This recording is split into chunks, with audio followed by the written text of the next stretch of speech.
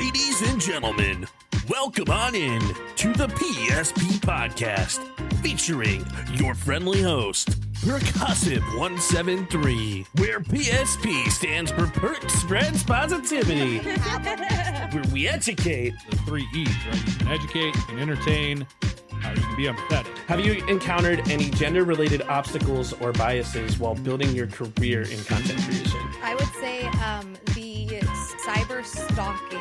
By bringing in the best of the best. You still do that, so let's not discount that. So what really made you go into streaming? What was that decision? What was that move that made you, Nick, as I'm very sorry, I know I'm teasing you, but it's literally, it's one of those things that we can do, post everywhere, post often, and do it your own way. And have fun. And have fun and be yourself. Fine. Have fun, honestly. Like that, I love that so much because it's so true. Like, if you like the content you're making, like if you're watching it and you like it, you're not the only person. From fitness to establish a new habit or a routine, what is your message to them? Start with less than you think you need.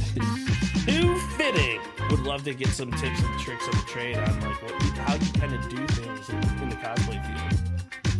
Yeah, I'd love to go into that, especially because like I've done a little bit of everything, right? So I've made some costumes, I've bought some costumes, I have my friends' old costumes, I've commissioned costumes, I like craft all kinds of things, but also I wear things. Like there's a whole smorgasbord if I do a little bit of everything when it comes to cosplay. To VTubing and animation. This is something that I may want to get into. How should they start? Ooh, I think everyone should start on YouTube. I think YouTube is going to be your best place for launching metrics that creators should be paying attention to, in my opinion. Yeah. I think, and like specifically with like VTubing, I think it's, I think all of that is like kind of like the difficulty level is like bumped up to like expert. And our goal at the PSP Podcast is to educate and inspire aspiring creators. And we are super excited for this week's episode, and we can't wait to see you there. So let's have a freaking party! Ladies and gentlemen, welcome on into tonight's episode of the PSP Podcast, where I'm your friendly host, Perc 173, and PSP stands for Perc Spreads Positivity. This show is dedicated to inspiring aspiring creators, as you guys saw in the introduction video here, and we're trying to help you as new creators build confidence, discover new creators, discover certain aspects, and maybe take some of the things from their journey and put them into your own as you guys start your journey into the world of content. Today, I am somebody who embodies like pretty much the confidence, the community, and the creativity. And I am super excited to welcome in Pixelvixx. How are you today? Welcome on into the PSP Podcast. Thank you for having me. I'm very excited to be here. I'm excited to have you. So why don't you introduce yourself to everybody who may not know who you are? Yeah, of course. So, hi everyone, I am Vix. I am Pixelvixx across all channels on social media. I primarily started off in cosplay. I've been guesting as a cosplayer for the last decade across the southern United States, from large shows like WeebCon to smaller state shows. And then the pandemic happened, and I really missed that community aspect. And I'd always wanted to get into streaming, and I was like, now's the time. So I just kind of jumped in. And it has been the best thing I have ever done.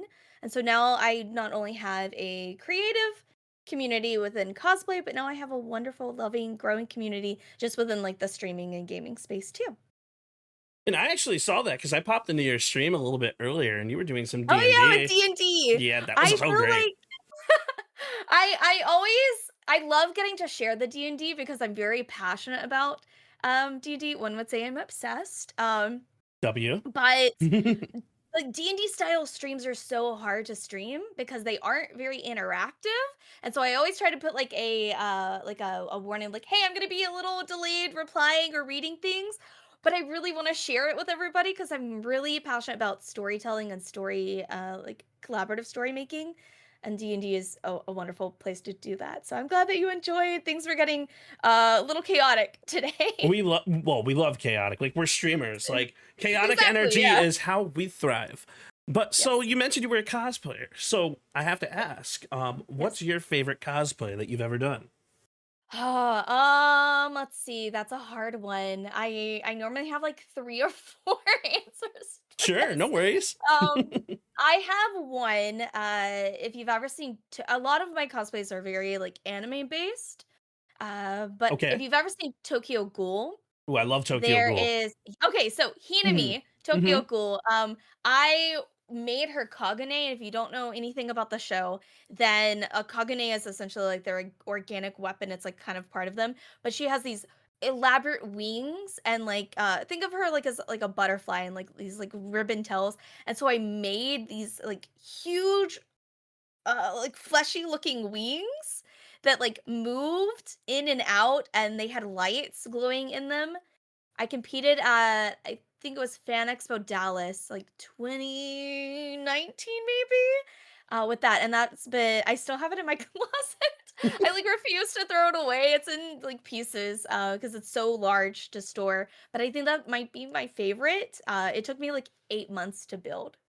That's incredible. And I have a real affinity for people in the cosplay world. Like I had Dark Lady Cosplay join the podcast a She's while lovely. back. She's a wonderful human, and I adored talking to her about cosplay. So I guess my question for you, actually I have a bunch of questions, but you know what? I'll start with this I'm one. here.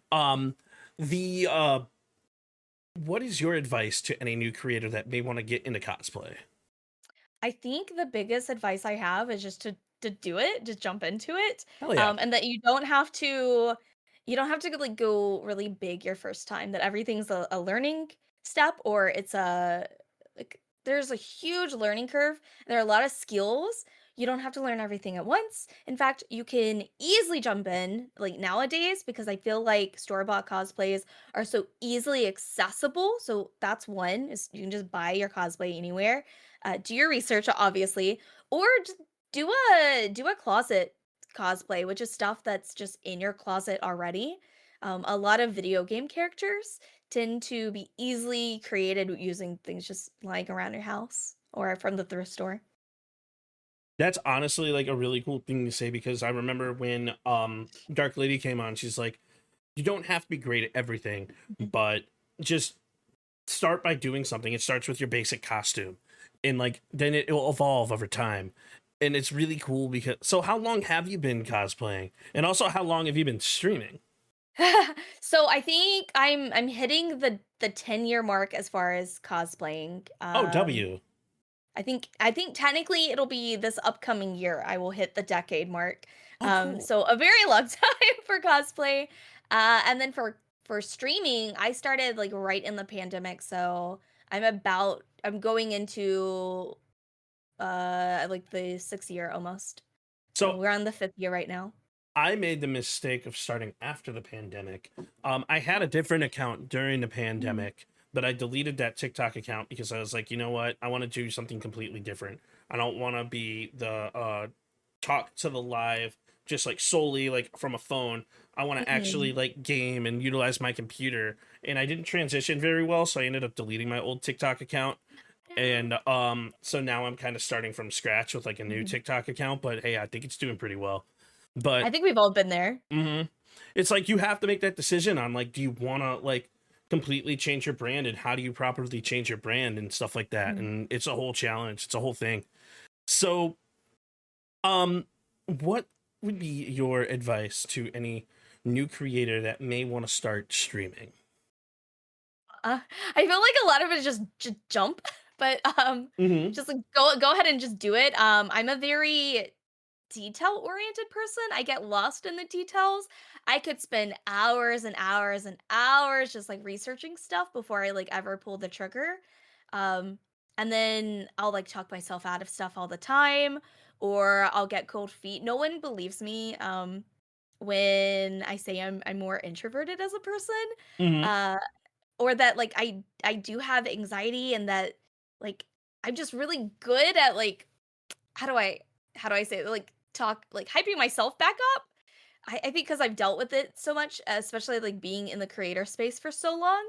So my first advice is one, just don't talk yourself out of it. Just jump into it. Two, make sure you are doing some kind of research. Like have some kind of game plan. Don't just go in and completely wing it unless that's like your brand. But like are you gonna niche down? Are you gonna be a variety streamer? What does that mean? Are you gonna do a face cam? Are you gonna be a VTuber? What And kind of games are you gonna play? Like, what's your style gonna be? I think we all have that like motion where we're all kind of still trying to figure out exactly what we want to do and how we want to do it. I mean, there are definitely some creators out there who have like kind of figured that out, but like it's a whole world of trying new things, learning, creating new things, failing, and it's a very very wonderful world. The world of content is something that I'm super passionate about, and like seeing streamers like be around the industry for as long as they have, it's just really cool because you learn so much from so many different people because Mhm. your journey is your own. And like my Mhm. advice is just do it, find what you love over time. Don't expect it to come like right away because Yeah. utilize YouTube to learn like all your technology stuff. Like there's a YouTube video for Yes. everything. Like I learned OBS. We actually had a conversation like when you that Yeah. you guys couldn't hear about OBS just prior to the podcast, and like I learned everything from like OBS or like from other creators, and like it's all Same. about like just finding your journey because there's only one journey, but it's always what you make of it. Right. And I think it's also like the journey along the way. Like, it's not gonna happen necessarily overnight. And Mm-hmm. like, you want to be able to like kind of have time to like write that story too. And that's part of the fun in it. And you want to be able to like enjoy the content that you make. It shouldn't just be like a grind always. It definitely can be sometimes, but like you want to ultimately enjoy what you do and what you put out. Because what we do as creators is for the viewers, not Hmm. just for creators. I happen to be one of those weird creators that makes content for creators, and also the viewers, but a lot of which for creators. And like the content that I make is for a very niche group of people, stuff that like I love being able to put something like this PSP podcast together because it allows people to kind of learn from other people's journeys and like take pieces and parts and maybe invest them into yourself. So speaking of your journey, what was that point in your content journey that you felt like, oh wow, this is really fun, this is working? I think it was about a year in to cosplaying. I'd always like heard of it. I was always into like pop culture stuff, but I'd never been to a convention. And so like whenever I first got a convention like near me, I was living in Louisiana at the time. I think it was Lafayette Comic Con. So I was like, let's go.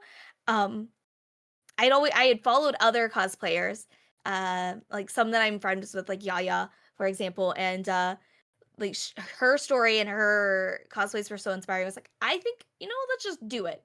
Why not? The chance is here. Let's just have fun with it. I'm far away from home, like no one's gonna know me anyways, and I'm gonna be like in a wig and stuff. So I bought like my first cosplay. I jumped into it, and then I was like, oh my god, I love this feeling of like getting to kind of be in somebody else's shoes and just like the craftsmanship of it. And so I think a year into that journey, I got approached actually by the content or the con coordinators for like the same business. And they asked me if I was interested in guesting as a cosplayer. And I was like, what does that like really entail? Like, I don't really know what that means. And so they kind of asked, did I have prints or anything? I didn't have anything. So I was like, okay, how do I make prints and stuff? But it was such a cool like journey to learn about like the other side, like the business side of it, and I absolutely fell in love with it. I always say now because I've been doing it for 10 years that I've gone to so many conventions. I enjoy the business side more than like just going to just walk around. I think it's the community aspect that I get to interact with the community more by like actually working the conventions as a cosplayer than or even an artist alley than just like going normally. I think it gives me that opportunity to like make connections and make friends and share my knowledge too. I think that was like when I was like, "Oh, this is actually like an avenue I can follow. This is kind of working." And then I think it was my first year into streaming. I did a big like subathon celebration. I was like, my first year, like I did it. I made it an entire year, and I cried. I cried at the very end because I was completely like blown away. I was like, I've made so many friends who I wouldn't have had the privilege to make if I had never gone live. I would have never jumped into communities. I would have never learned certain skills. So I think those two, like the year mark was for me. It was like, oh, okay. Oh, and sorry, I literally just forgot to unmute. But no, I agree with you completely. And like the year mark for me also was a big hit. Like, I still have imposter syndrome though. I still don't believe that I've made as many friends who I have. Like, I can't believe like there are like specific streamers that like I've been able to talk to, that I've been able to like literally just communicate with and connect with. And like, honestly, like for me, the point where like it really made it big was actually DreamHack Dallas last year. And I don't want to say made it big, because making it big is not necessarily the goal, and not really, because everybody's goal as a content creator is different in the world of content. And I keep saying the world of content, and I use it as an umbrella term, right? So that means like not just like you as a streamer, but the content that you create, whether it be cosplay, whether it be something that's just as consumable, whether it be just like a YouTube video, gaming content. Like, people forget, like, there's a million different avenues and paths of what you can do and how you can do it and why you want to do it. And it's something that you have to find out. And there's so many of us too. There's a million different people, and defining the right people as a viewer is still something that, like, I guess when I say right people, that's not what I mean, but it's finding the people that you vibe with. Yeah, your tribe. Exactly, your tribe. So, like, for me, I still have imposter syndrome. I can't believe I'm even in a position where I get to talk to creators every other day, and be able to learn from them and to be able to pick their minds and stuff like that. So, like, for me, that time where I really felt like people were starting to pay attention to me was when I was told from somebody that they were paying attention to me. And in my opinion, one of the biggest compliments that you can ever get as a streamer is someone saying, hey, I actually see what you're doing and I love what you're doing. The only other avenue of that, and the biggest what's it called, sign of respect among streamers, is when the streamer hosts out to you. But we'll talk about that a little bit later. So, but in DreamHack Dallas, I had Saskia come up to me. I was actually ready to go to Dallas and make it like my last streaming career thing and my last trip. I was just going to kind of hang it up because I have so much stuff going on in my like full-time career, because I work a full-time job in technology as well. I was going to hang it up, and Saskia kind of comes up to me and she's like, hey, I love the content you're putting forward. Not only do I love the content that you're putting forward, I'm actually paying attention to it, and I'm like genuinely consuming and watching it. And I was like, wait, holy shit. And then somebody else said something very, very similar to me, and I'm like, wait, holy shit, I'm actually making an impact. Like, people are actually like watching my stuff. And I'm like blown. My mind's completely blown, because I average like anywhere between like, my numbers are not like Queso or Kai, and that's not a comparison. That's just like where I just am not at that point. So it's interesting to see other people kind of join your lives, because you never know who's genuinely watching and consuming your content. And that's why I say, like, I still can't believe that I'm at this point where people have even told me that.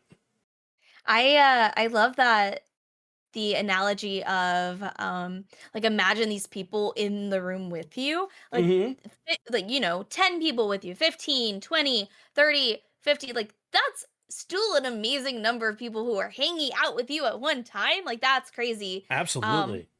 And then another thing that this kind of reminded me of was I don't remember. I think it's like like something Kevin Bacon related. It's like the degrees of separation.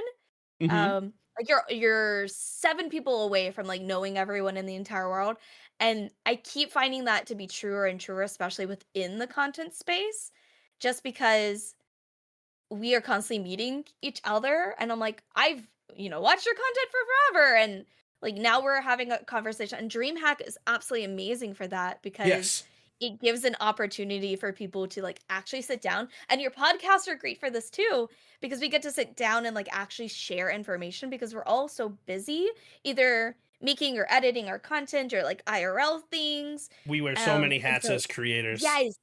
And so it's a really wonderful and amazing opportunity just to get it's a luxury to sit down and like get to just talk like one-on-one as creators. We don't really get that affordance a lot of times. It's So it's so very invaluable. it's such a cool experience, and like to be able to like I said this when I started the podcast. My first episode was with the Only Shady and Bad Bear Gamer, two people who literally inspired me to start streaming in the first place. Bad Bear because of his energy, Shady because of his persona, in how immersive they are in the Call of Duty scene. Also another person who inspired me to stream, whether she knows it or not, is Steffi Evans, because I've watched Steffi come from literally nothing to everything, and she's still, the sky's the limit. Like for everyone I mentioned, the sky is still the limit. But it's so cool to like remember why you started streaming in the first place. So is there a person that you look up to who inspires you, that made you want to say, you know what, I can go live and I want to go live? I think the list is very, very long. Sure. I think it's very long. I think we'd be here for a very long time. I I'm feel down. like I it have was nothing to do actually tonight. We're good to go. All right, well, let me get the list out. We're gonna start with the A's. I'm gonna run them off. We're gonna check the list twice.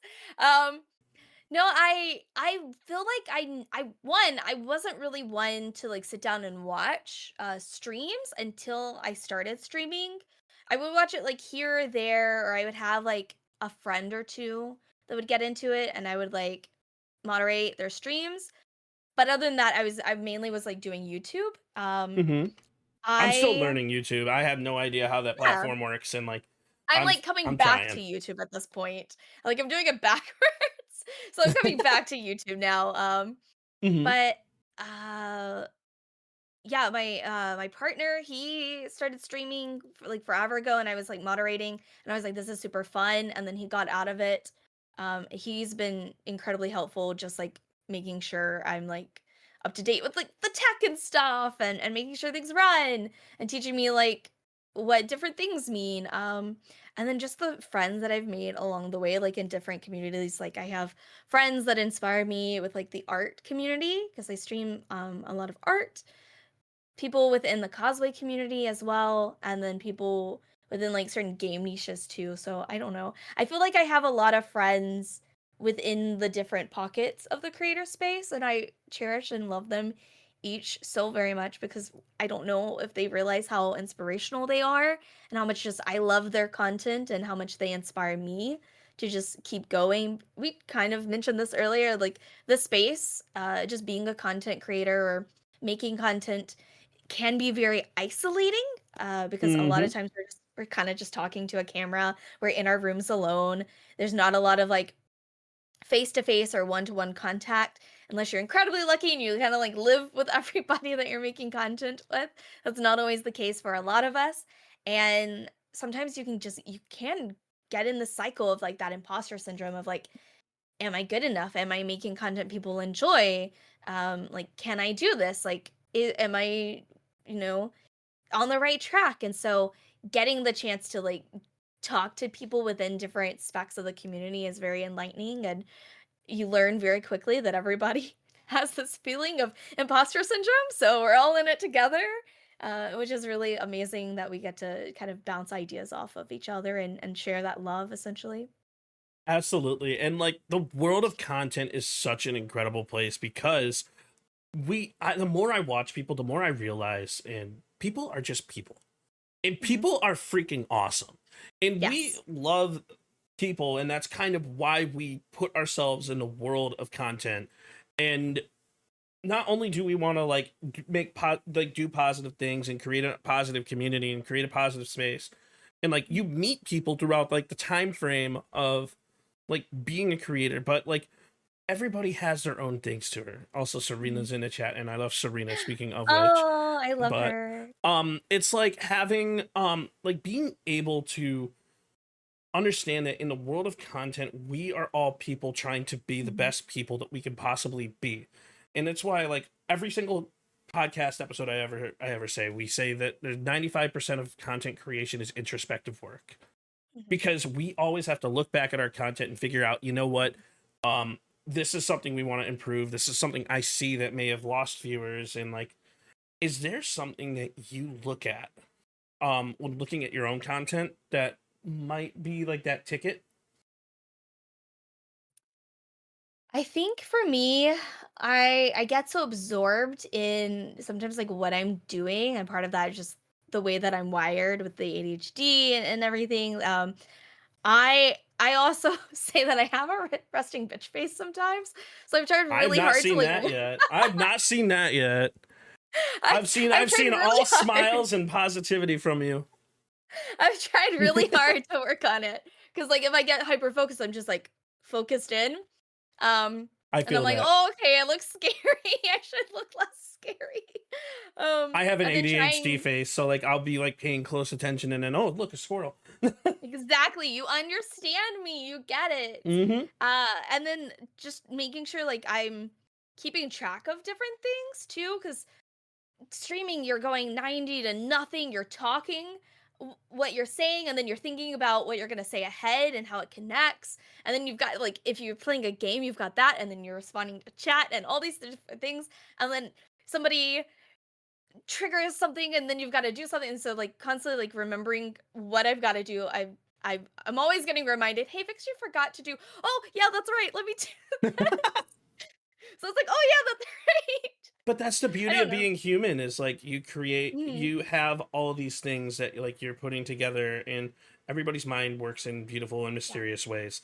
And like it's why like 90% of the conversations that I have on a podcast go full circle and come back around to something, because it's Mhm. like it's really cool to just watch people be genuinely themselves and to Mhm. put them in a position, even like this conversation, where I can just get to know people just by talking. And it honestly, that conversation reminded me with the ADHD thing that I still need to make my oh look, a squirrel command in StreamerBot. Yes, do it. Hmm.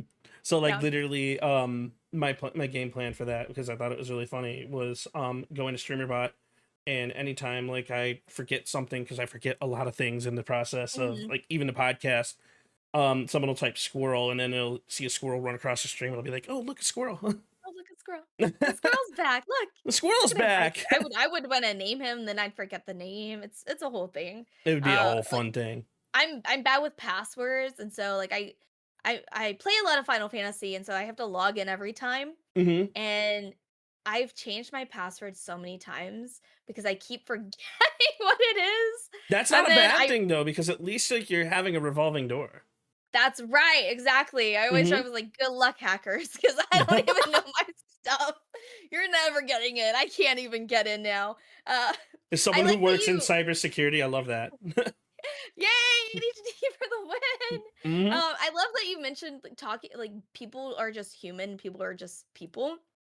I think that's so true. And sometimes like as a viewer, you can forget sometimes that like these are real people and they have lives. And I love getting to like open up like the curtain kind of Yeah. behind the scenes of like talking about my experiences like with cons and like what goes into like the business side of things or with Artist Alley, and also just like my own life. Like I love that I don't have to be this like perfect kind of just streaming robot, and I can sit down and talk. I'm like, look, I'm having a rough time.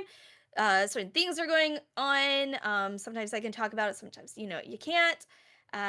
Or like I can talk about like ADHD, for example. Like I got reassessed last summer, and it was the best thing ever. But I got to like open up and talk about that with my community, and everybody else got to kind of like talk about their experiences, and it was like very like eye-opening and welcoming. And I think it helped you remember that you aren't alone and other people are there, and kind of drives forward that like community aspect, which I think is really important nowadays, especially just being online and on the interwebs. And I've always said like if I can just leave this world and make it like a little bit better than I found it, I think then I've done good You in know, my that's my life. So mantra. That's my life mantra.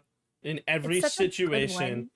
like my life mantra is in every situation, no matter who I meet, no matter what I do, I want to leave it or her or it or them in a better position than when I Mhm. found it. Yeah. I have to. Because for me, it's if I make one person smile, then I've done my job as a creator. Right. And that's all I care about. I stream to 0 people from time to time. I stream to 500 people from time to time. Those numbers go anywhere in between, and like it is one of the coolest things as a creator. You never know what's going to happen. Mhm. Like I was playing Lockdown Protocol, and then I ended up on Call of Duty, and then I ended up on Marvel Rivals. Like you don't know what's going to happen. Yeah, I started off with like cozy Animal Crossing, Minecraft, and then I was a variety streamer, so I was playing nothing but horror games for a while. I couldn't do that. I don't like Yeah. horror games. I do it every now and then. I'm a Mhm. big baby, and so now I'm more like the RPG story base. So I feel like I'm in a comfortable place now. But yeah, like you kind of like you find your pathway. You never know where you're gonna end up. And that's the beauty of being a content creator, is like every single journey is completely different. Some people will post one video and then gain 1 million followers. Mhm. Some people will say Hak Tua and then gain 1 trillion followers too. But at the same, or like you could take the long route where like you post and you get 2 views, and you get 4 views, and you get 8 views, then you get 20 views, and like you're stagnant for a while, and then you continue to grow. Everybody's journey is completely different, and you can't really pay attention to the numbers. Whenever it's my advice to anybody posting content is post the content that you want, Mhm. do the content that you want, and the right people will find you when the time is right. I'm a huge person in regards to organic growth. I love the kind of circling back. Like I love the like you find your people, your tribe, the people who you vibe with the most. I think that's Exactly. incredibly important to find. And then like keep in mind like you're not going to be everybody's cup of tea, and I think that's a hard lesson to learn, especially if you're a people pleaser. Is that or coming to terms with the fact that like the content you make is not going to be for everybody, and that's okay. Like there's content for everybody, and you might not be what I like, or I might not be like what you like, and that's okay. And And I think that's hard, especially like starting out. I agree with you, because like not everybody likes Call of Duty, and I'm a Call of Duty streamer, and the majority of my content is Call of Duty. A lot of people will come hang out for me. Like they'll hang out, they'll talk to me, and they'll say like, "Yo, like Perc, my day's been great. I hope you've been doing well," and stuff like that. And then they won't really pay attention because they don't like COD, but they'll show up when I do like different games like Among Us or Are We There Yet, or like whatever the game is. It's like everybody's content and situation is completely different, and like not everyone's content is for everyone. One of the biggest stories that I could talk about with that is Jack Doherty makes a bunch of content, but his content's not for me.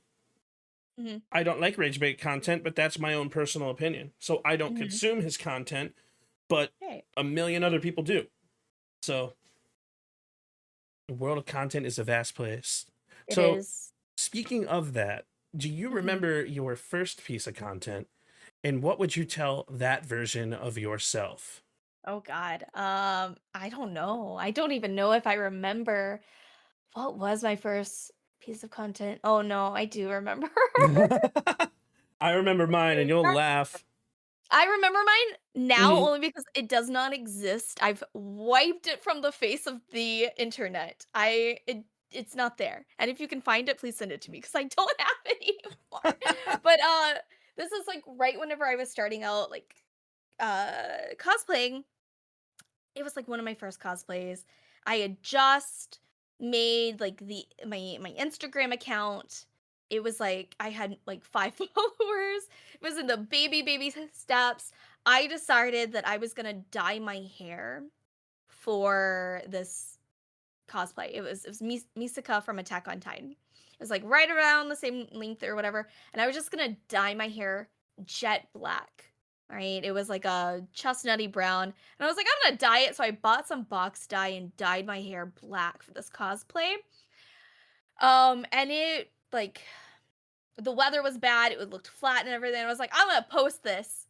And then later, like I wiped it, like maybe 2 years or so later. But I was like, girl, please don't ever do that. Don't ever dye your hair just for one cosplay because I did not like it. I was not happy. I was like, why? why did it just buy a wig at that point, girl? I was like, Amazon. It was like $5 on Amazon back then. So Oh, that's what I would how say. expensive wigs have become I now. know. Oh my goodness. Is it So 500 now? God, it can be, yeah, if you Hmm. commission them for sure. For that, yes, I would say just maybe stop and think. Like, My first piece of content that I ever created, I actually have two. I could start from my mhm, like OG, like back when I was on Scout and was streaming for the first time on my cell phone only, or I could talk about like the emergence of me as a COD streamer. And the first Call of Duty video I posted was me on Rebirth Island, and it was a super blurry. I think I didn't really know mhm. how to edit, and it was at 420p or something like that, something awful. And it was me running up the stairs in the middle of prison, in a large part of prison, and this guy runs down the stairs, and the game was so laggy that it looked like there were two of them. So I used the Naruto sound, and I was like, Kakebenshin no Jutsu, and then he and Yes. it was so bad. It was the worst thing ever. And now I'm making videos where it's like it has clean transition, using LUTs, Mhm, using OEDs, crisp edits, clean transitions, and like stuff that like from where I was to where I'm at mhm. is such an incredible thing, and you can't forget that, because every day is a learning experience. You learn something from everybody. But that's that growth again, right? That you can't just Yes. do overnight. You kind of have to go through that process of like slowly learning these skills or practicing these skills, which are Hmm. great. So yeah, but yeah, my first set of like TikToks, yeah, night and day for sure. But that's the whole thing, is like, when you want to be a content creator, if you want to be a content creator, just post it. Hmm. No one is going to turn around and say your videos suck. Do you know what they're going to say? I'm proud of you for posting, and why don't you try doing this, and this might help.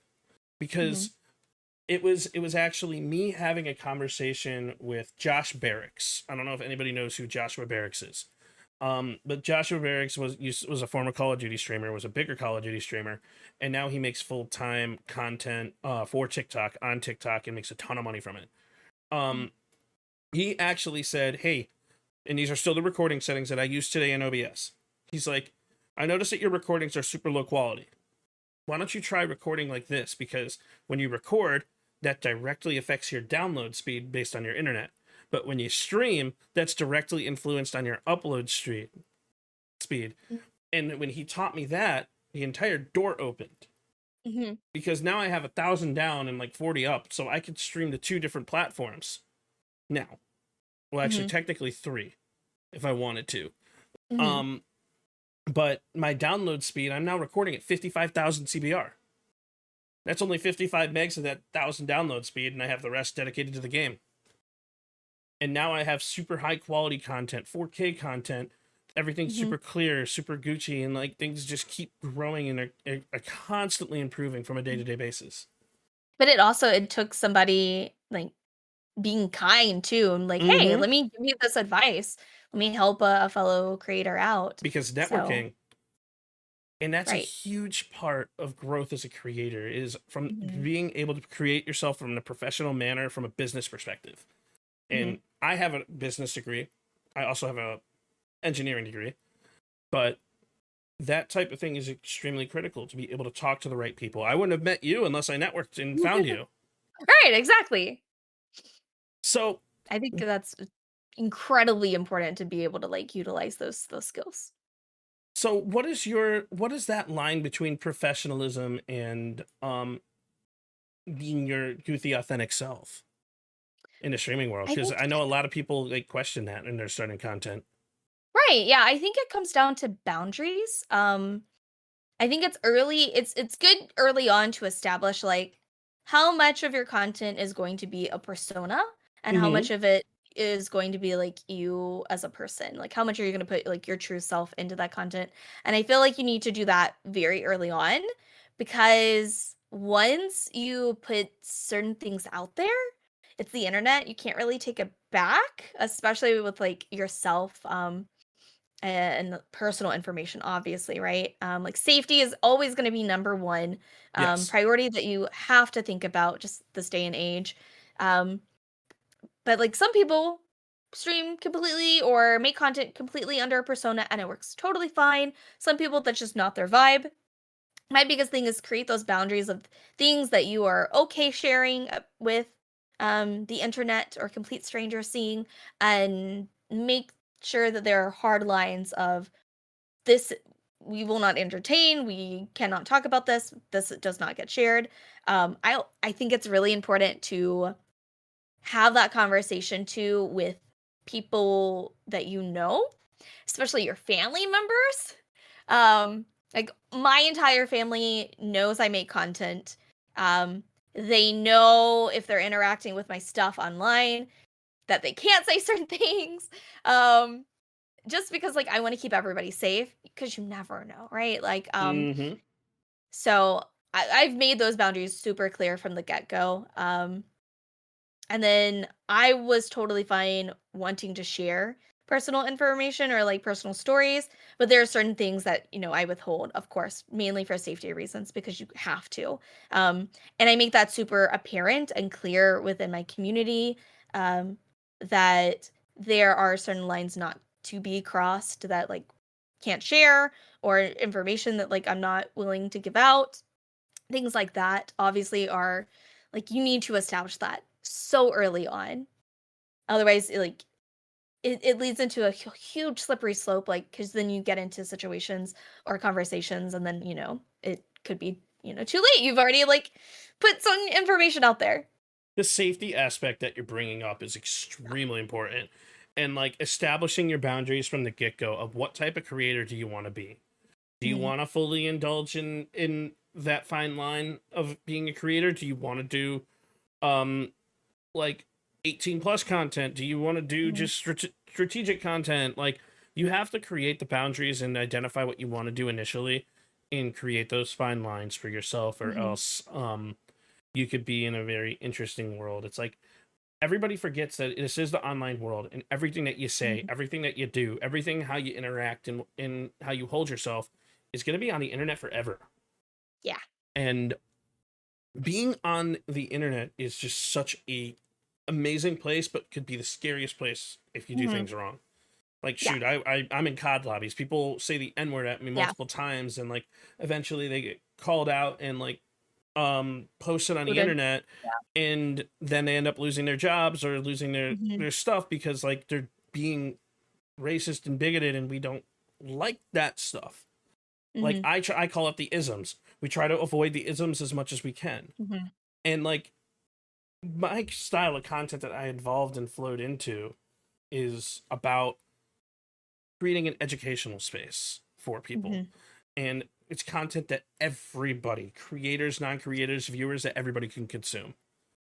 And that's my goal as a creator, whether it be from me playing Call of Duty to whether me doing like other aspects too.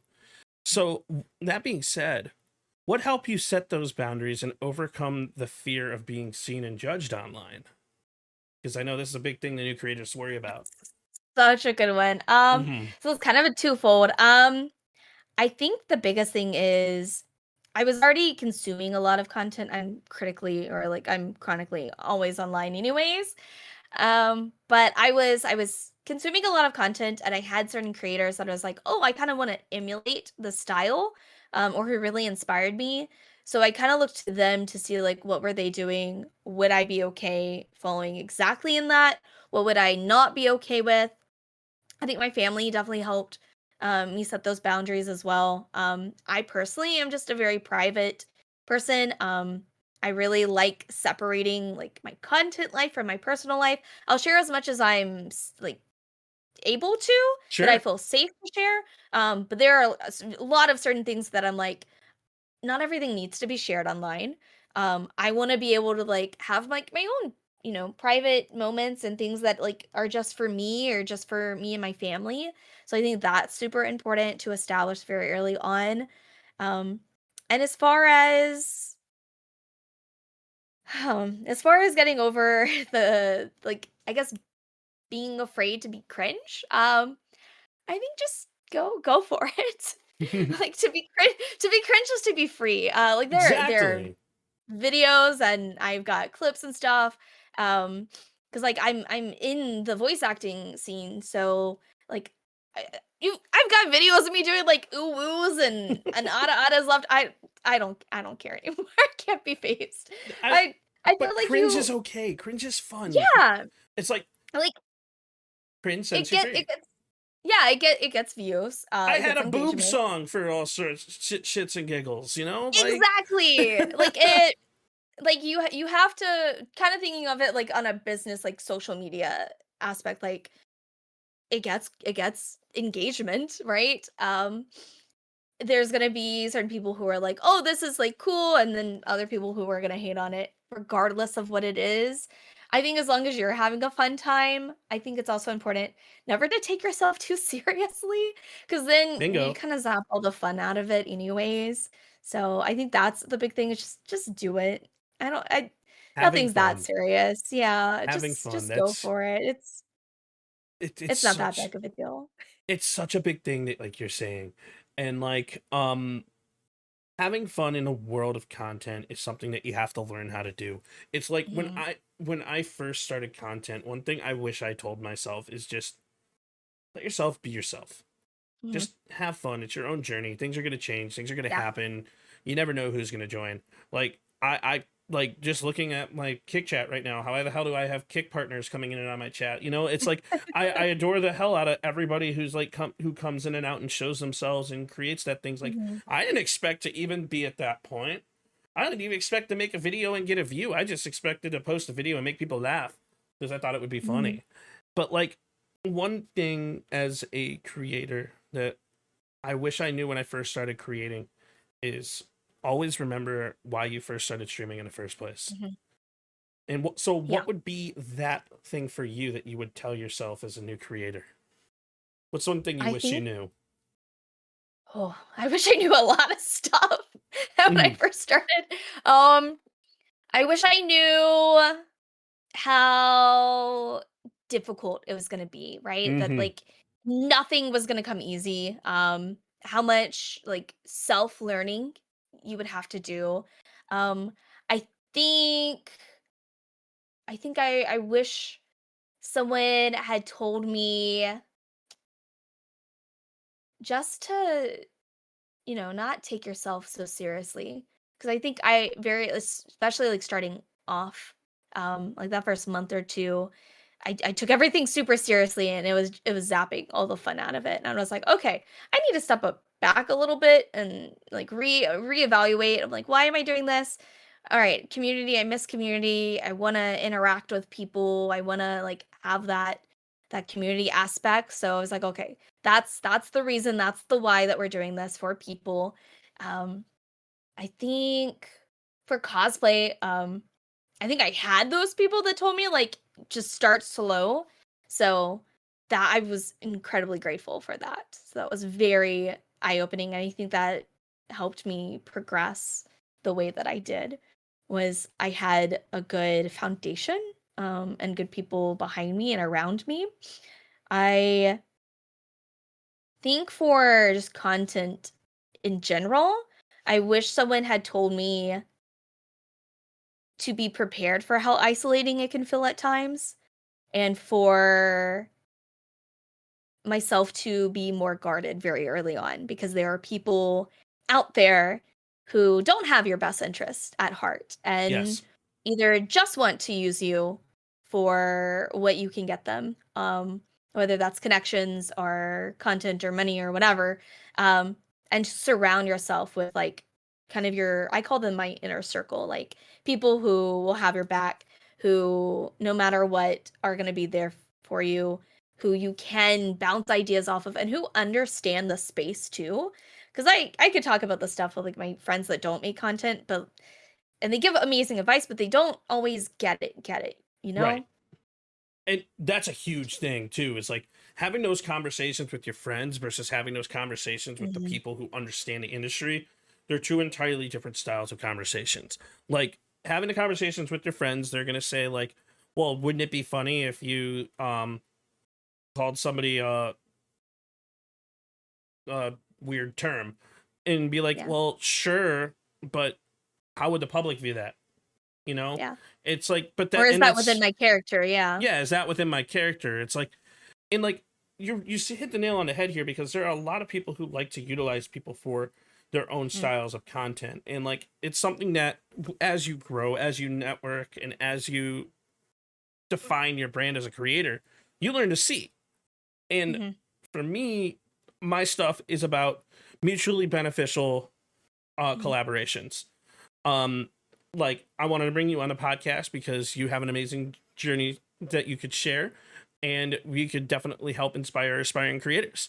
And at the same point, it's like, you have that story, you've been around the industry for a long time, and people respect you, and you have your own community, and there's so many different avenues of what to take and like how to be able to do things. And like the sad truth of content, and the sad truth of the sad truth of content is like everything is completely different, and like no journey is ever going to be the same.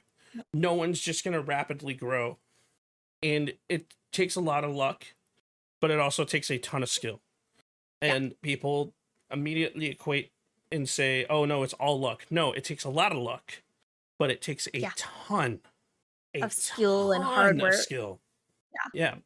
Like, you can listen to some of the content creators that'll go out there and say, hey, be consistent, make a schedule. That's part of it. Yeah. But there's so much more. Mhm. Realistically, in order to grow, and to stay motivated through the growth process, you just have to allow yourself the ability to indulge your passion.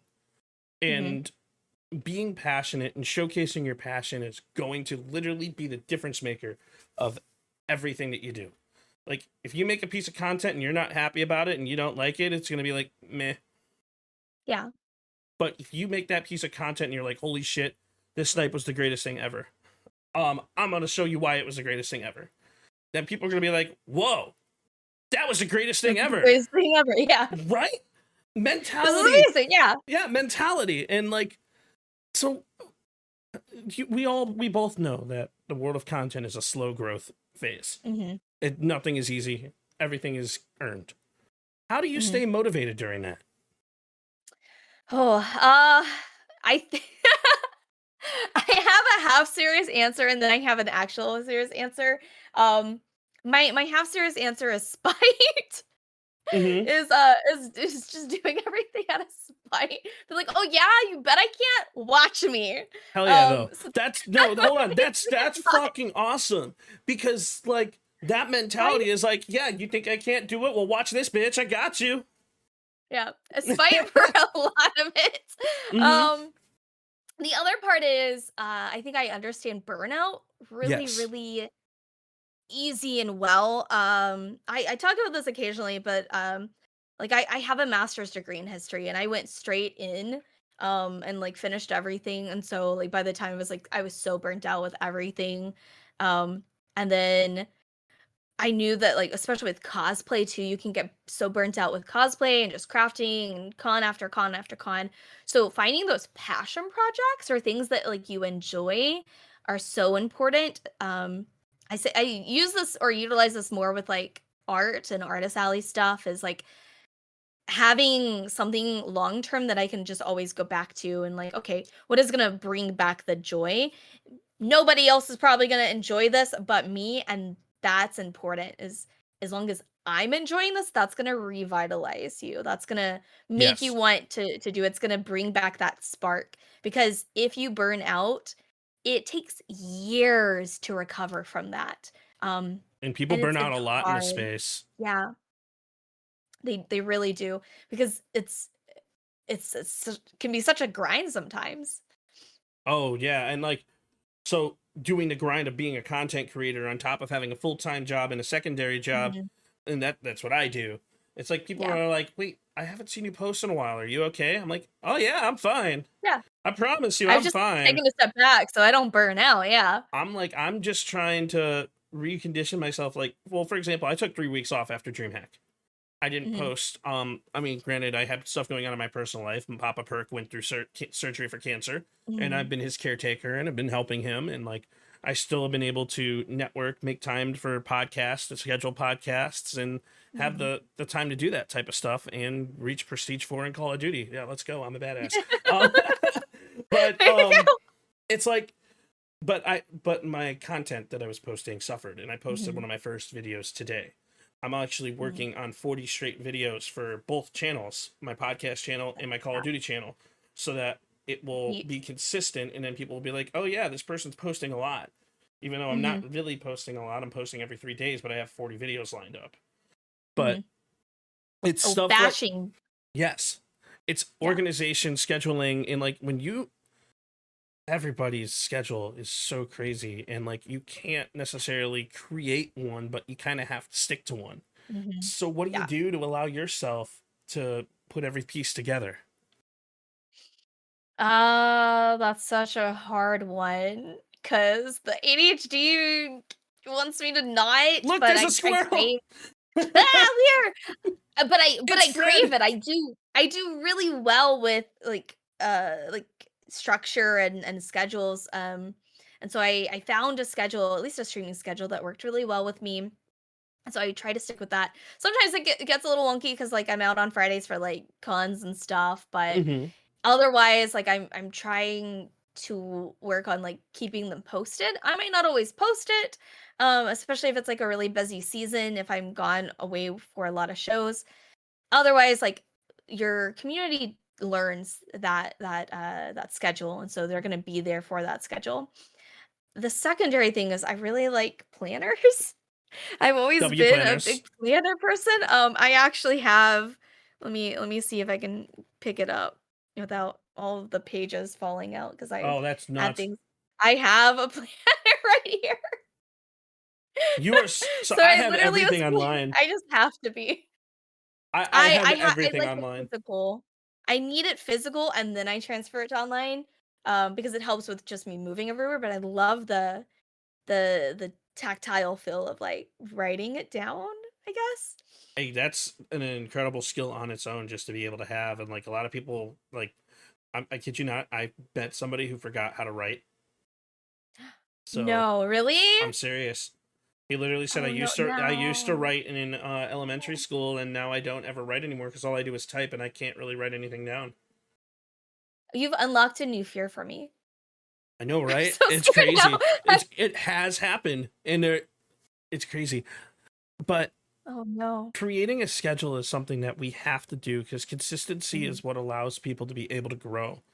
mhm, There's one thing that I've noticed when it comes to any gaming organization, not just Ghost, but like any gaming org, is the schedules that these creators create, stuff that they put themselves through. Watching the people go mhm, through the Rising Stars competition within Luminosity, which is a sore mhm, subject, but I mean, like watching the stuff that they do, and like all of these creators put together these elaborate schedules, bust their ass, like mhm, kick ass to get the content out, like Shorty Pie, Erect Dictator, like the only shady, like the names like just go on and on, like watching mhm. them put their whole schedule into use and allowing themselves still to be there for the community. It takes a team, it takes a tribe. Yeah, sometimes it does. It's very helpful if you have those community members who just love the content so much, and you will find these people who just want to help. They just want to help you do things like if they want to help you make clips, or if they want to help edit things, or if they want to make or help design a schedule for you. Like some people just want to like help and do things. um I feed that fuel for sure, because sometimes it does kind of takes a village, and if you don't necessarily have that, that's okay. Just work within the time frame that you do have. um Especially, if you're working a job or two, work within the free space that you do have. One, Hmm. make sure that you carve out space for yourself because that's going to help keep you from burning out. And then schedule things, for your stream if you're streaming, or how are you going to make the content. And then batch posting is so important. I love it. Yes. It's my favorite thing, is just sitting down, because that is how my brain works. I can sit down and I was like, I'll spend an entire day and I'll edit all day long, but I've done an entire month's worth of content in that like one day, and I'm like, I don't have to touch it until next month. See, I have to do the 2-week thing where because Call of Duty is ever evolving and there's new seasons and new different things and everything changes, where Mhm. I will give like 7 videos. I'll edit 7 videos, and 6 of them you're never gonna see Mhm. because I have to go through that. And speaking of which, sometimes you even post and then those never get pushed. So Yeah. how do you deal with the pressure from the algorithms, from the trends, and from the expectations of posting? Because people I feel forget like this I is a have huge part. that's true. I feel like I have I don't know. Part of me, I have some certifications in social media management, so I kind of understand Hmm. like the base level of algorithms and SEO and stuff like that. But on the second, sometimes they just that post didn't happen. No one saw it. Delete it, repost it. Just it didn't find the audience it needed. All right, It go doesn't. repost it until it does find the So audience one it thing I needs. will say on that though is TikTok that doesn't work because TikTok they're gonna No. flag it. Yeah, don't YouTube, do it on yes. TikTok. Yeah, don't YouTube, do that yes. on TikTok, TikTok. no. If it TikTok's they're too smart about it. if it doesn't, well, they are and they aren't. Like I see people Yeah. posting Simpsons videos all the time, and I'm just like, get off Right, my yeah. page. I don't want to watch Why? you. But when It's it like comes to you, you're like, why? Yeah. it's like I want to No. watch Call of Duty creators. I want to watch people who are passionate about what they do. I want to see like when I always look at social media like I'm a viewer Mhm. because I am a viewer, but I'm also somebody who creates. Because Right. the content that I create, I want to give to the viewer. So is this content that I would like as a viewer? And if it is, then those people are going to see it and they're going to be like, yo, this dude's pretty cool. And then they're going to be like, okay, cool. Maybe I'll go check out his Twitch. And then they'll be like, yo, this dude kind of is weird, but I love it. And then they'll drop me a follow or drop me a sub. Right. And that's on them. No pressure. And like, That was a hard lesson early on, because very early on, I just wanted to post everything. I still Um, do. I do sometimes, but like a lot of it was like inside jokes that like Mhm. no one else is gonna get, and that doesn't always translate right to like Yes. conversions or whatever. So I've kind of moved more away from that. Like those clips exist, but like I might not post them anywhere. Those are just for like me and us. Like everybody knows that we have Botrix is banned because Botrix banned everybody in my chat at one point. And like that's an inside joke. No one's gonna get it. But you know what? I did so Serena can actually talk on this. It was kind of funny. She did a TwitchCon FOMO raid train party, right? And everybody Yes. so everyone came into my chat from the raid, and it was Botrix had a no capitalization thing on, and everything was capitalized, and it banned everybody. They were spamming the raid's message, banned, banned, banned, banned, banned. Oh no. And everybody got banned, and I had to go through and unban and untime out everybody. No, what It a was nightmare. so funny. It was so hilarious, but it's an inside joke, and now everybody knows that Botrix is banned. And Patrick's the band. but that content is only going to resonate for the people who were there at the time. Right. It's not going to resonate to the random viewer. So, No. but we So have yeah, you have to balance that. absolutely, and like balancing what our content is for, who is indulging in our content, who is going to be consuming our content. That's something that we kind of have to think about, and it goes back to the introspective work. We have so many hats as a creator. We're an audio engineer, video editors, social media marketers, network professionals, and I don't mean networking as in like internet, but we do have to keep in mind what internet service we use and understand basics of technology and how to monitor our computers and protect ourselves. There's a lot that we have to do. I had someone tell me very early on, and it was such good advice. It was think of all the different jobs that go into putting a show or like a live show on television. You're doing all of that at once, and you're a one person.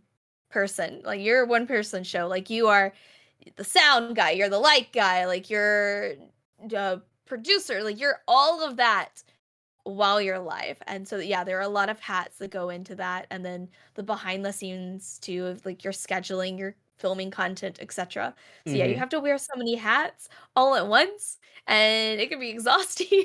Doesn't it feel good though, from your It perspective, does. to actually be on like, oh, I can just give content instead of actually being uber focused on like the production aspect of it? Yeah, For it's once. really nice actually. I was like, no, I'm just gonna relax. I'm just gonna be here. And that's my goal. Like, I want people who have any creators eventually come on a podcast. My goal is for them to be in that relaxed state so that we can have these conversations. I go at 90 million miles a minute. That is who I am. It's what I do. I never stop. When I sleep, I'm still thinking. I'm sorry. It's just who I am. I have lucid dreams, but it's, The best. I have the ability to work a million different things, and I never do relax. I've actually had somebody invite me on their podcast, and I was sweating. And the reason why I was sweating is because I had to stop. I'm like, do you want me to do this? And then they're like, no, you don't need to. I'm like, No. shit. And I'm like, because it's a whole different mentality. I love being the host. I love being the producer. I love being the editor. And I'm also my own cybersecurity person. Carbon will probably be like, yeah, he's badass for that. And it's like, I do a lot of stuff for that. But so how important is it to build a community versus getting the views? And I know I wanted to change that, but yeah, I think it's number one for me. I think the community aspect of it, for me, that's why I started.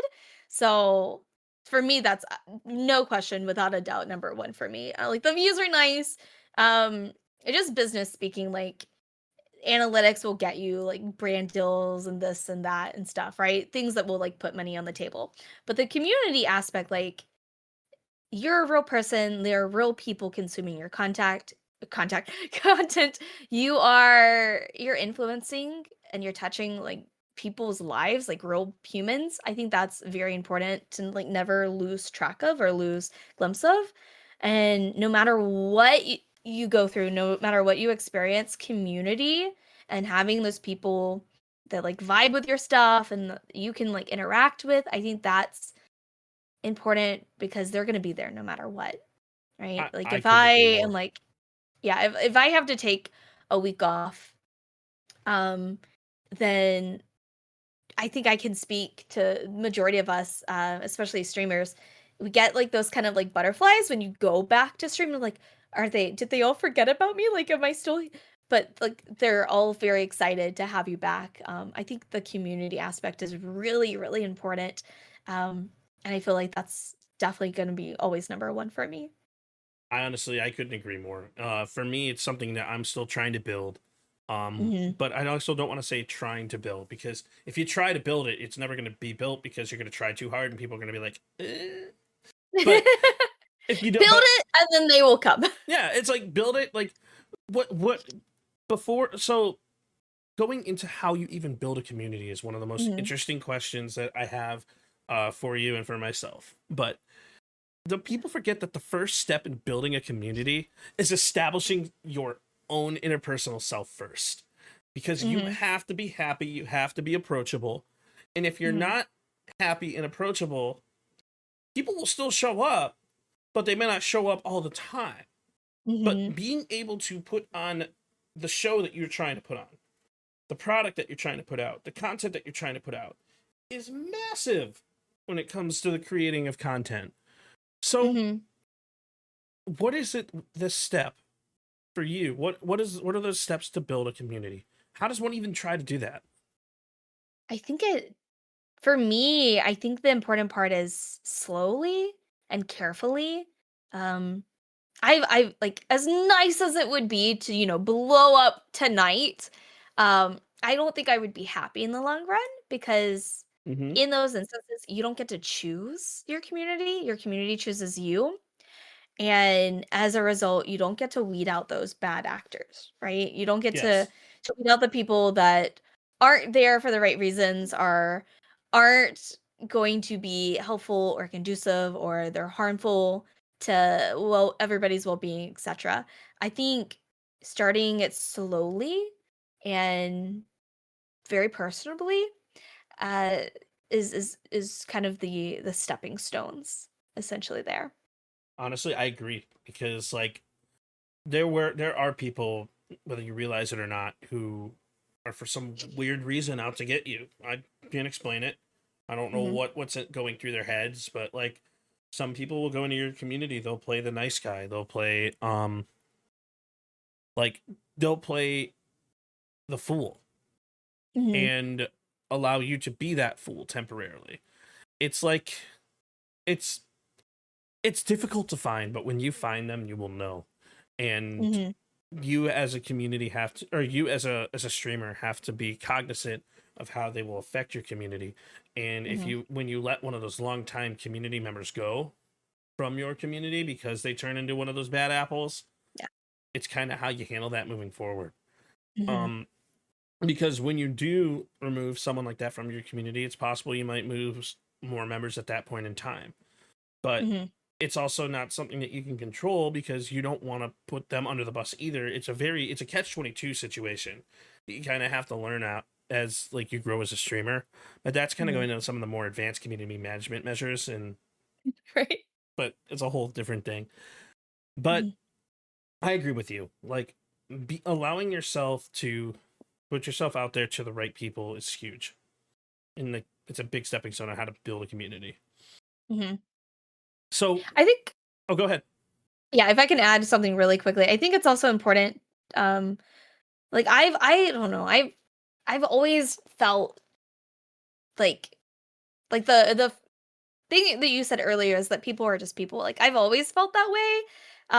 And I think for me, I view it the other way around, right? Like people who are consuming my content or like viewers that are in chat, like they're people too. There are things that like are going on in their lives. So occasionally I feel like I've gotten really good about like kind of redirecting this mentality or this behavior.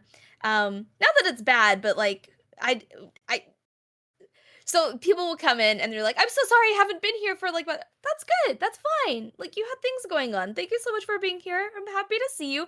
You do not need to apologize at all. But hey, I'm glad that you're here. So like the apology, like, oh my God, I'm so sorry. Or like, hey, I can't do, I was like, that's cool. It's fine. I get it. Things are going on in your life too. Like I love that you decided to spend your time with me. That's amazing. But don't ever feel like you ever have to apologize for having to take time for yourself. My mentality to that is there are a million different streamers out there. There are a million different people that you could watch. There are millions and millions of different people that do different styles of content, that do different things. But for some weird reason, all you viewer fuckers out there are choosing me over all these other fucking people. What the fuck is wrong with you? No, I'm kidding. But we thank you for being here. We appreciate it, and like we really genuinely appreciate it from the bottom of our hearts. And we can't say that enough. When you choose us over going to view another person who's live, it means the absolute world. And I have that mentality. It is so valuable. Like even Cuddles, like you coming in here and when you're at your grandparents' house and even just saying hi and like making yourself known and being around, it genuinely means the world to me. Seeing Carbon pop in, seeing Sabrina pop in. I don't know who's still in chat, but seeing the people who actually take the time out of their days to join my streams, whatever they are, it's so incredibly appreciated because there's so many different people out there. And I know we wanted to talk a lot about cosplay, but we've gotten on a whole different That's totally fine. So I want to slowly switch gears or transition into what is the most challenging part of cosplay that people outside of cosplay don't realize? That they don't realize? I would say, okay, I have two answers. Sure. One, I feel like they probably already know, but if you aren't in the cosplay community, it's the fact that, and with any community, toxicness, right? The fact that it can be so prone to those bad actors. And I feel like cosplay within the last decade has done a really decent job. We're not perfect by any means, but we're getting better as a community of calling out those people who are like, oh, so and so did this better. That doesn't help anyone. No one cares. Like, please don't ever come up to me and say, oh my god, your cosplay looks way better than X cos. That is not a compliment to me. That hurts my feelings a lot. Like, don't ever like try to praise someone by putting someone else down. Well, also imagine how it would feel if that person was standing right next to them at that point in time too. Right, exactly. And I think I think another thing that maybe people who aren't within the community don't understand, and this might be a touchy subject actually. This deals with like cosplay competitions. So I've been judging competitions, like craftsmanship competitions, for a decade now. And people will watch these shows and they're like, "Oh my god, that build is so amazing! That should have won." When in reality, judges are looking at so many different things and the amount of skills. It doesn't mean that the biggest, coolest looking cosplay wins the competition. It's a craftsman, so whoever utilized and showed mastery of all the skills that they implemented wins the show. So that's been kind of a more, I wouldn't even say more recent, but I think it's gotten more publicity, like more voice behind it, of like people saying, oh, so and so shouldn't have won because X, Y, and Z, or it didn't look cool enough. I don't know. Well, one on top of that, like one of the most interesting situations when it comes to like so I'm gonna kind of share, it's not really cosplay related, but it's kind of cosplay related. My work had a costume competition, right? Mm-hmm. We had some incredible costumes that took an extensive amount of time that were like borderline cosplays that could have been out there. But you know who won?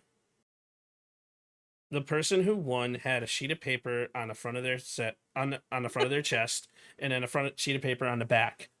And it was that floating shopping list from SpongeBob. It was the shopping list. It was the floating shopping list from SpongeBob. And that's anytime I'm judging, like, a con is always gonna have like their rules and things that the judges are supposed to be looking for. And that's the difference. Like, I always ask too, because like some conventions are different. Like, hey, is this competition, like, is this a masquerade really? Like, is this more for fun? How do you want me to judge these competitors? Like, am I looking at craftsmanship, or am I looking at vibes? Like, how am I? So a lot of your judges are also taking direction from like the showrunners, or like whenever people sign up for contests, etc., they'll have like different degrees that they'll have to look at. So yeah, like for that definitely wasn't a craftsmanship competition for sure. It was, who had the best costume, and that is more in like, opinion and vibe and laughs and stuff. So for sure. But it could be anything, and like that's the beauty of cosplay. It's like it could start with just a belt on your head and calling yourself Coil Man.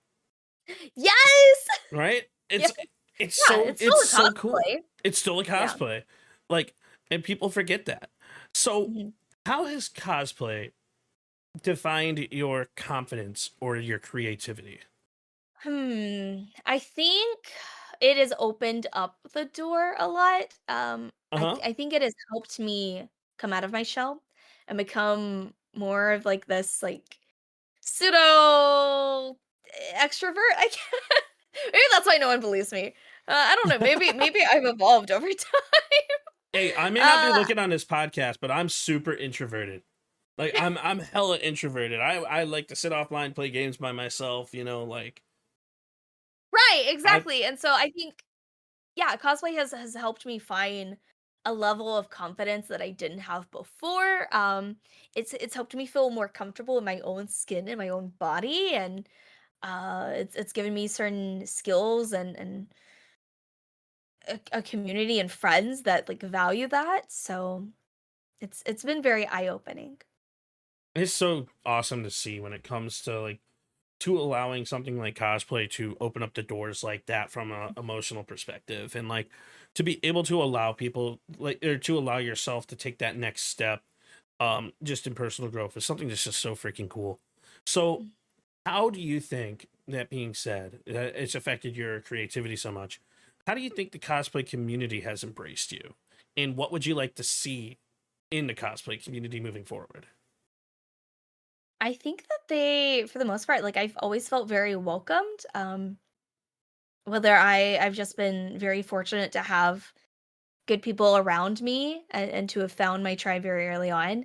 But I've always felt very welcomed and loved and appreciated and valued in the community. I would like to see more of that kind of moving forward, more of an acceptance, whether that being like with different communities, just within the cosplay community, especially with that being like the acceptance and promotion and love of like our people of color and LGBT, like our other communities. And I think because it's so mainstream now, I feel like there's no reason for us not to be that accepting.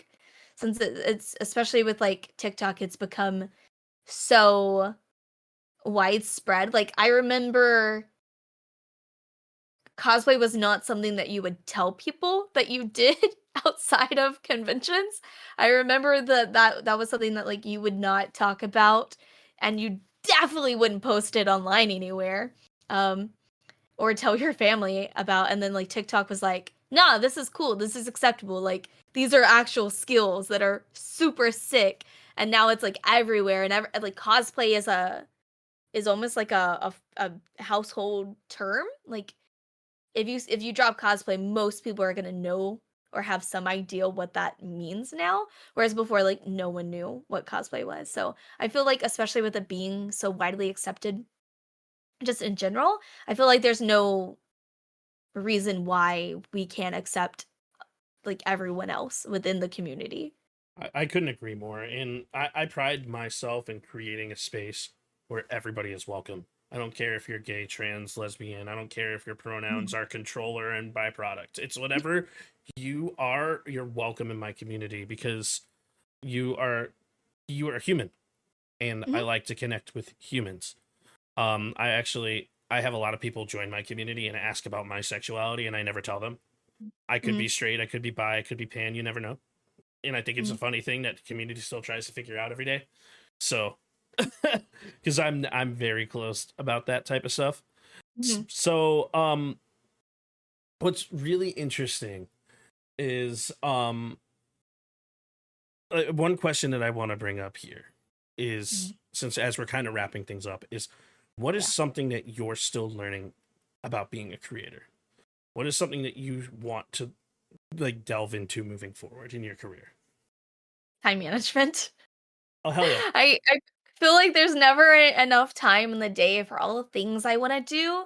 And then like ADHD just counteracts that constantly. So just working within like the way that I'm wired still, and learning that within the scope of content creation, of like what is going to work best for me with the time that I do have allotted for content creation, and then still like keeping time for myself. There's never enough hours in the day, and I always want to do more and more and more. And if you would let me edit for 26 hours a day, I probably would. You and me both. I never stop. With everything that I do, I never stop. Like, I always am looking for things to like to talk about, to learn, and like from the back end of the things that like you're not going to see. Like when the podcast is over, I'll probably ask Pix to stay and like give me feedback. It's like the things that you see, like, or that you guys don't see in regards to the content space, the stuff that I'm trying to like put out there for you guys to learn. And like what's something I'm still learning about being a creator is how to make it work. And because every single day things are completely different. Some days my push is crazy on TikTok, and it will never push anywhere on YouTube. How can I make that video, whether I have to change certain aspects about it, blow up on each platform simultaneously? That is actually my goal when I'm posting content, is to find a video that does that. And I keep telling myself that I'm not going to stop until I find that golden video. And I probably never will, because no one can and no one will. But I want to... If you find out the secret formula, please share. And that's the whole thing, is like, you have to have the mentality as a content creator to want yourself to grow and to be introspective and to allow yourself to manifest certain things on the journey. It's like for example, Razor Red said it best. Like, if you really want to make something happen, you're going to make it happen. It is just who you are. It is just what you're gonna do. It is your goal. If I want to make a D&D campaign, I'm gonna start a D&D campaign, and whoever wants to join it is gonna join it. If I want to play COD, I'm gonna play COD, and I'm gonna be a master at COD, and whoever wants to be a part of it can be a part of it. So that being said about the videos and stuff, are there any statistics that you think creators should pay attention to versus the view count and the stuff that doesn't necessarily inherently matter? A good one. I think I think content creators need to keep in mind like their audience, um, like their community. I think it goes back to community. Like, who is your target audience? Like, you are never going to reach everyone. I think the devs of what was it?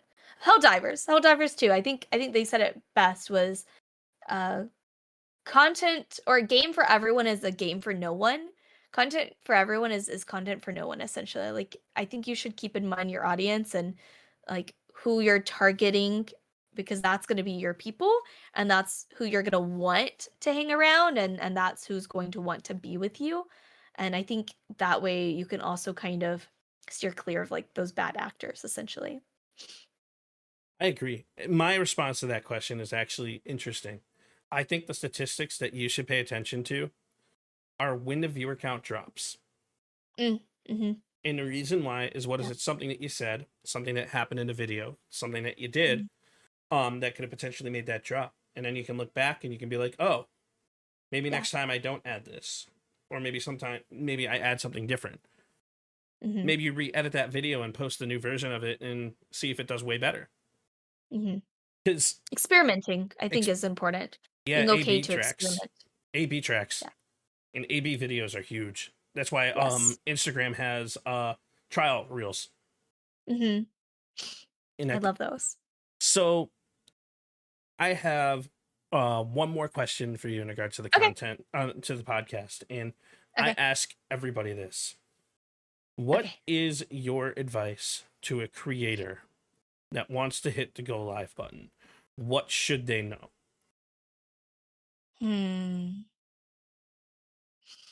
I think they should know that they are going to get out of it as much as they are willing to put into it. That it's fairly easy just to hit the going live button, but if you are wanting to create content that is consumed by multiple people, there are a lot of elements that go into that. There's differences of like, oh, I'm just making content just so that I can have fun. That is totally separate than like I'm making content for like on a business standpoint, or I'm making content for a community aspect. So figuring out like what your goal is, like why, again, kind of your why. Why are you doing this? Why do you want to go live? I think that is very important to like quickly understand.